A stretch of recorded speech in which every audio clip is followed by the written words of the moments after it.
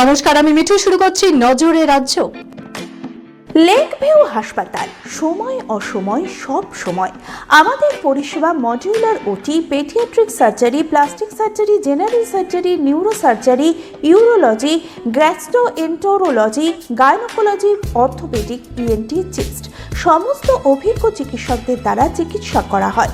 সর্বোন্নত ICU, HDU, pathology, সমস্ত রকমের USG, CT scan, X ray, FNAC, biopsy, tapping. শুধুমাত্র আমরাই পারি স্বল্প মূল্যে অত্যাধুনিক প্রযুক্তির চিকিৎসা, কলকাতা ও হায়দ্রাবাদের বিশেষজ্ঞ চিকিৎসকদের সুপরামর্শ, নিজস্ব ফার্মাসিতে 20% ছাড়ে ওষুধ, প্রতি রবিবার প্রসূতি মায়েদের বিনামূল্যে ইউএসজি পরিষেবা। ঠিকানা লেক ভিউ হাসপাতাল, লালদিঘি মোহনা বাসস্ট্যান্ডের পিছনে, বহরমপুর, মুর্শিদাবাদ। সকাল থেকে মুখ ভার আকাশের কালো মেঘ জাল বিস্তার করেছে। জেলা থেকে কলকাতা, রাজ্যের বিভিন্ন এলাকায় বৃষ্টি হচ্ছে। বৃষ্টির জেরে মহানগরের তাপমাত্রা এক ধাক্কায় 5 ডিগ্রি কমেছে। শনিবার কলকাতা সহ দক্ষিণবঙ্গেও কয়েক দফায় বৃষ্টি হয়েছে। বজ্রবিদ্যুৎ সহ বৃষ্টির সঙ্গে 50 থেকে 60 কিলোমিটার গতিবেগে ঝোড়ো বাতাসও বইবে। কয়েকটি জেলায় কালবৈশাখীর মতো পরিস্থিতি তৈরি হতে পারে বলেও পূর্বাভাস দিয়েছে আলিপুর আবহাওয়া দপ্তর। শনিবার পূর্ব বর্ধমান, হুগলি, হাওড়া, বাঁকুড়া, নদিয়া, মুর্শিদাবাদে কালবৈশাখীর মতো পরিস্থিতি হবে।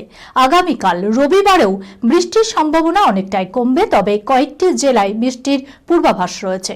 সোমবার থেকে বৃষ্টি আরও কমবে, বাড়বে তাপমাত্রা।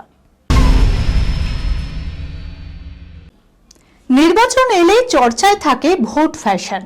দলীয় কর্মসূচি কিংবা নিত্য ভোট প্রচারে রাজনীতিকদের হট ফেভারিট রং সাদা হলেও এই সময়ে কিন্তু রাজ্য জুড়ে নানা রঙের মেলা বসে। সবুজ, গেরুয়া কিংবা লাল পোশাকে নির্বাচনের ক্ষেত্রে অনেক সময়ে দলীয় রং প্রাধান্য পায়, কারণ দলীয় রঙের মধ্যেই রাজনৈতিক লড়াইয়ের বার্তা থাকে। 26-এর নির্বাচনের আবহে কালার থেরাপি তত্ত্ব তুলে ধরে চর্চায় শিরোনামে নাম লেখালেন তৃণমূল সাংসদ রচনা বন্দ্যোপাধ্যায়। ভোট প্রচারে গিয়ে অভিনেত্রীর টিপস, এবছর বেশি করে লাল কিংবা অরেঞ্জ রঙের পোশাক পরুন।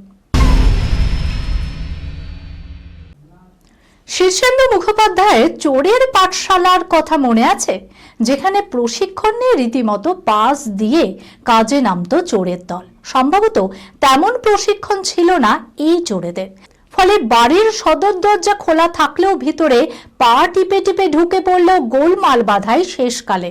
ভুল করে সিঁড়ি ঘরের আলো নেভাতে গিয়ে কলিং বেলি বাজিয়ে বসে চোর বাবাজি। কাণ্ড করেই বুঝতে পারে এবার বিপদ রয়েছে, ফলে এরপর পগার পার হলো চোরের দল।